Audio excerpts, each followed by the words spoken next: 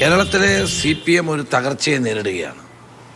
ഒരു കാലത്തുമില്ലാത്ത നിലയിൽ പാർട്ടിയിൽ നിന്ന് പ്രധാനപ്പെട്ട നേതാക്കന്മാരും പ്രവർത്തകന്മാരും കൊഴിഞ്ഞു പോവുകയാണ്. ഇത് CPMനകത്തുണ്ടായിരിക്കുന്ന ഗുരുതരമായ അഭിപ്രായ വ്യത്യാസങ്ങളാണ് മറനീക്കി പുറത്തു വന്നുകൊണ്ടിരിക്കുന്നത്. എല്ലാ സ്ഥലങ്ങളിലും നമുക്കിത് കാണാൻ കഴിയുന്ന ഒരു കാര്യമാണ്. ഇത് സുധാകരനിൽ അവസാനിക്കില്ല. ഇനിയും പല നേതാക്കന്മാരും പുറത്തു വരാനുള്ള സാധ്യത തള്ളിക്കളയണ്ട എന്നാണ് എനിക്ക് പറയാനുള്ളത്. ഞാനൊന്ന് പറഞ്ഞു കഴിഞ്ഞോട്ട് സുഹൃത്ത്, ശരത്തിനെ പോലെ തുടങ്ങാവ്. അപ്പോൾ മാർക്സിസ്റ്റ് പാർട്ടി നേരിടുന്ന ഗുരുതരമായ പ്രതിസന്ധിയാണ്. ഈ പ്രതിസന്ധിയുടെ യഥാർത്ഥ ചിത്രങ്ങളാണ് ഓരോ ദിവസക്കാലവും പുറത്തു വന്നുകൊണ്ടിരിക്കുന്നത്.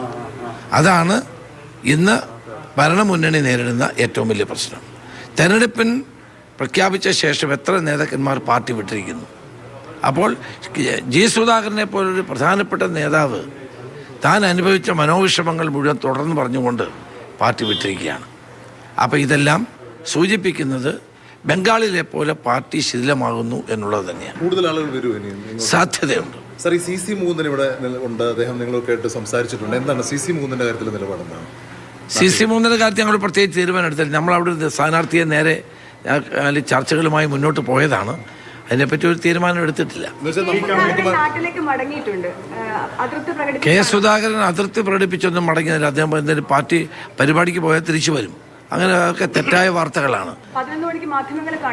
സുധാകരൻ പാർട്ടി ഞങ്ങളെല്ലാവരുമായിട്ട് നല്ല ബന്ധമാണ്. ഒരു പ്രശ്നവുമില്ല. എന്ത് പ്രശ്നമാണ്? ഈ MP മാർ മത്സരിക്കണമെന്നുള്ളതിൽ ഇപ്പൊ തീരുമാനം ഹൈക്കമാൻഡാണെന്ന് ഓൾറെഡി നേതാക്കൾ പറഞ്ഞു കഴിഞ്ഞു. പക്ഷെ എന്തുകൊണ്ടാണ് ഇവർക്കത് മനസ്സിലാകാതെ പോകുന്നത്? ചില നേതാക്കൾക്ക് ആർക്കും മനസ്സിലാവാതില്ലല്ലോ.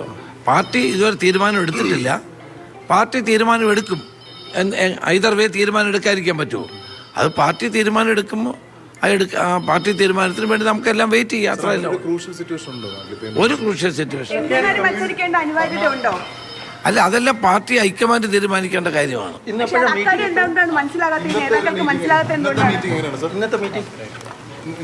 മീറ്റിംഗ് ഉണ്ടോ? ഉച്ച കഴിഞ്ഞിട്ട് ഞാൻ ശശി തരൂരിനെ ഒന്ന് കാണാൻ പോവാണ്. ശശി തരൂരിൻ്റെ ജന്മദിനമായിരുന്നു. അപ്പോൾ അദ്ദേഹത്തിന് ജന്മദിന ആശംസകൾ നേരാൻ വേണ്ടിയിട്ടാണ്. അദ്ദേഹം മത്സരിക്കുന്നുണ്ട് ആഗ്രഹം.